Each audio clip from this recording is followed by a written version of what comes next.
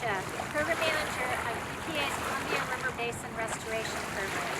And I'm so excited about our 2020 inaugural grant program, where we are funding $2 million in grants to 14 entities, including local governments, state governments, tribal governments, citizen groups, and nonprofits throughout the basin.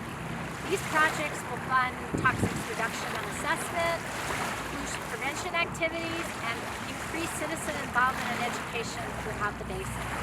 These projects are an exciting opportunity to build a future for toxics reduction by providing examples that we can replicate in the years to come.